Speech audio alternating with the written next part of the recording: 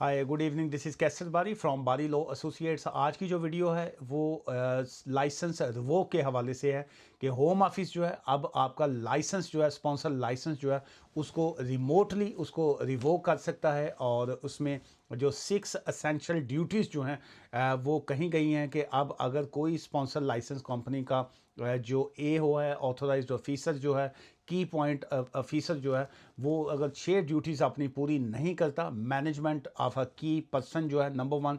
Number 2 उसमें आ गया कि स्पॉन्सर लाइसेंस को वो किस तरीके से उसका यूज़ कर रहे हैं। नंबर 3 उसमें आ गया राइट टू वर्क चेक्स जो है उसको किस तरीके से वो लेके चल रहे हैं। नंबर 4 रिकॉर्ड कीपिंग जो है।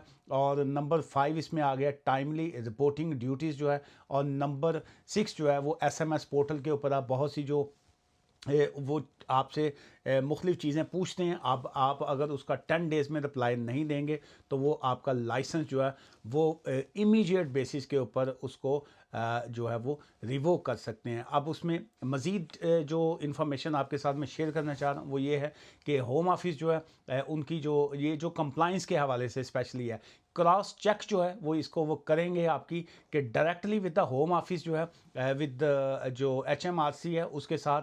नंबर 1 उसमें आ गया, अगर किसी की जो सैलरी जो उन्होंने आपके सीओएस के ऊपर लिखी है, अगर वो मिसमैच करेगी, आपस में मैच नहीं कर रही, डजेंट मैटर कि आप उसमें जो है अगर 5 10 20 पाउंड का भी डिफरेंस आएगा तो स्टिल जो है वो उसको सीरियसली लेंगे। और सेकंड उसमें आ गया कि रिपोर्टिंग फेलियर जो है अगर आप उसको प्रॉपर रिप्लाई नहीं देते हैं विद इन 10 डेज तो इमीडिएट लाइसेंस जो है वो रिवोक होगा। अब रिपोर्टिंग कंडीशन में क्या चीज़ें आ रही हैं, नंबर 1 स्टार्ट डेट जो थी एम्प्लॉय की आपने जो कॉस्ट में दी, क्या आपने वहाँ पे अपडेट किया उसको या नहीं किया। जो एम्प्लॉय की एंड डेट जो आ रही है, क्या आपने वो वहाँ पे अपडेट उसकी दी या नहीं दी। फिर उसके बाद किसी की अगर आपने सैलरी को इंक्रीज़ किया है या कोई और उसमें आपने चेंजेस जो की हैं उसकी क्या रिपोर्टिंग की या नहीं की। फिर उसके बाद जो लेट डेट स्टार्ट जो आती है, बहुत से लोग जो हैं जब उनको सीओएस मिल जाता है, अपना स्किल्ड वर्कर वीज़ा वो अप्लाई किया होता है, अभी तक अगर किसी की पेंडिंग एप्लीकेशन है, जवाब नहीं आया होता और उसमें अगर आपका एम्प्लॉयर जो है वो एसएमएस पोर्टल के ऊपर वहाँ पे अपडेट नहीं देता, स्टिल दोनों कंडीशंस में गड़बड़ होगी। जो स्पॉन्सर लाइसेंस है वो भी जो है वो इमीडिएट बेसिस के ऊपर उसको रिवोक कर सकते हैं। लकी होंगे अगर आपको वो 10 डेज़ का टाइम दे देते हैं, लेकिन नॉर्मल कंडीशन में वो इस तरह की चीज़ें के ऊपर आपको 10 डेज़ की रिपोर्टिंग टाइम है। लेकिन अगर आप 1 से 2 मरतबा इस तरह की मिस्टेक करेंगे तो वो जो है वो लाइसेंस को रिवोक करेंगे, इंस्टेंटली जो है इसको रिवोक करेंगे।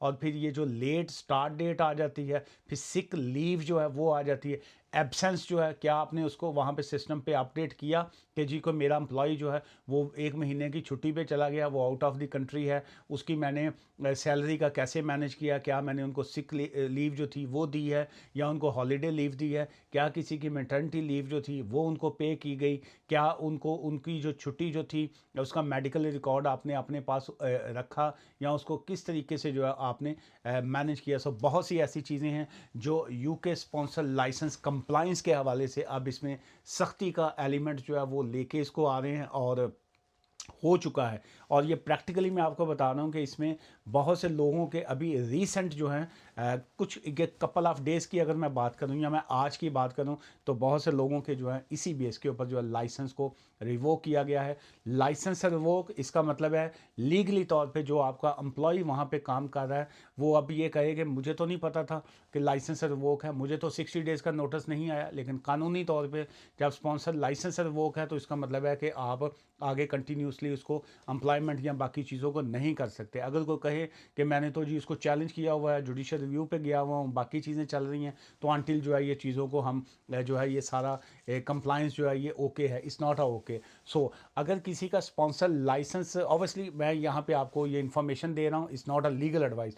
लीगल एडवाइस के लिए ऑलवेज बेस्ट होता है आप हमारे पास आने चाहिए, किसी भी लॉयर के पास जाके स्पॉन्सर लाइसेंस की अगर आप एप्लीकेशन करना चाहते हो या आपको कंप्लाइंस के हवा, हम कंप्लाइंस को डील नहीं करते, लेकिन कंप्लाइंस के बाद जब आपका इस तरह की जब चीज़ें आती हैं कि वो आपको कहते हैं कि आप रिपोर्ट कीजिए या बाकी चीज़ों को डील करें या उसका रिप्लाई देना हो, तो फिर आप हमारी सर्विसेज जो है वो भी ले सकते हैं। COS निकालना या बाकी चीज़ें, उसमें हम लोग बाय लॉ, हम लोग क्या, किसी को भी अलाउ नहीं होता, क्योंकि वो सिर्फ़ और सिर्फ ऑथराइज्ड ऑफिसर का काम है जो SMS पोर्टल को यूज़ कर रहा है। यहाँ पे भी बहुत से लोग गलती ये करते हैं कि वो अपना वो लैपटॉप चुके, अपने डॉक्यूमेंट चुके, किसी के पास भी जाके उसको कहते हैं जी मुझे तो COS नहीं निकालना आता, निकाल दो। यही कंप्लाइंस है। जो आपका ऑथराइज्ड ऑफिसर है उसको ट्रेनिंग की ज़रूरत है, वो अपना उसकी ट्रेनिंग ले, कंप्लाइंस टीमों से ले, अकाउंटेंट से ले, जो भी उसका फील्ड बनता है वो अपनी कंप्लाइंस वो खुद करे। ये क्योंकि अब इस हवाले से वो कहते हैं जी ये आपकी रिस्पॉन्सिबिलिटी बनती है कि आप कैसे इसको,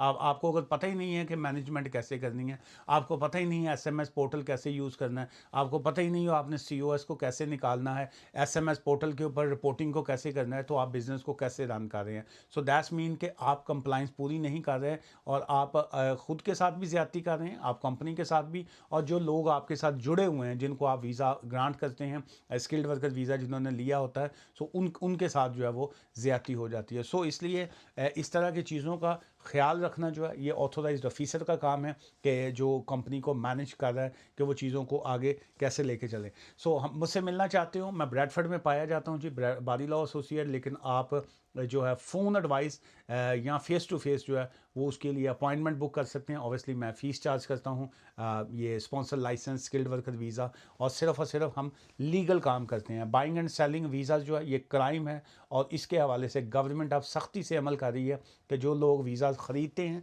जो बेचते हैं या जो इनको असिस्ट करते हैं, उनके हवाले से वो अब सीरियस एक्शन जो है उसके ऊपर भी उनका काम स्टार्ट है। सो इल्लीगल काम से बचिए, इल्लीगल एक्टिविटी से बचिए। लीगल तरीके से अगर आपको वीज़ा कोई मिलता है, जॉब आपको मिलती है, तो बिल्कुल आपको लेनी चाहिए। अदरवाइज़ सिस्टम के साथ जो है उसको ना अब्यूज़ किया करें, ना उसके साथ खिलवाड़ किया करें। अदरवाइज़ जो है उसका नुकसान आपको भी होता है। उसकी वजह यह है कि एजेंट जो होते हैं वो वीज़ा बेच के वो गायब हो जाते हैं, और उसके बाद फेस आपने करना पड़ता है, और बहुत से लोग जो हैं ये फेस कर रहे हैं। मैं अक्सर वीडियो पे ये कहता हूँ कि जिन्होंने वीज़े ख़रीदे होते हैं, इमीडिएटली अगर किसी का लाइसेंस रिवोक हो जाता है, किसी का कोई एम्प्लॉयर कंपनी बंद कर देता है, या किसी भी तरह के इस तरह के इंसिडेंट होते हैं, चाहे वो इंटेंशनली जानते बूझते को करे या वो खुद से उसका हो जाए, तो अल्टीमेट नुकसान आपको होता है, और उन लोगों को होता है जिन्होंने वीज़ा अपना बाय किया होता है।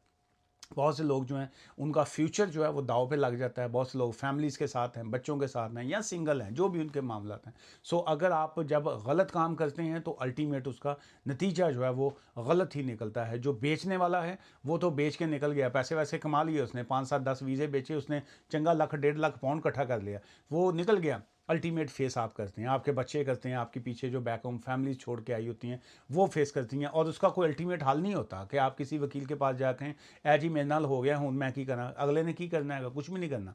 जब आपका लाइसेंस रिवोक हो गया, जब आपका 60 डेज़ का नोटिस आ गया, अब क्या ऑप्शंस आपके पास कानूनी बचेंगे? जो भी कानूनी ऑप्शन बचेंगे, लेकिन आप अपने नुकसान, मज़ीद नुकसान की तरफ बाज़ कर जाएंगे, या बाज़ कर आपने पहले ही इतना नुकसान कर लिया होता है कि अब आपके पास आगे बचत का रास्ता नहीं होता। दुआ में याद रखिएगा। Take care, bye for now, good evening, good night.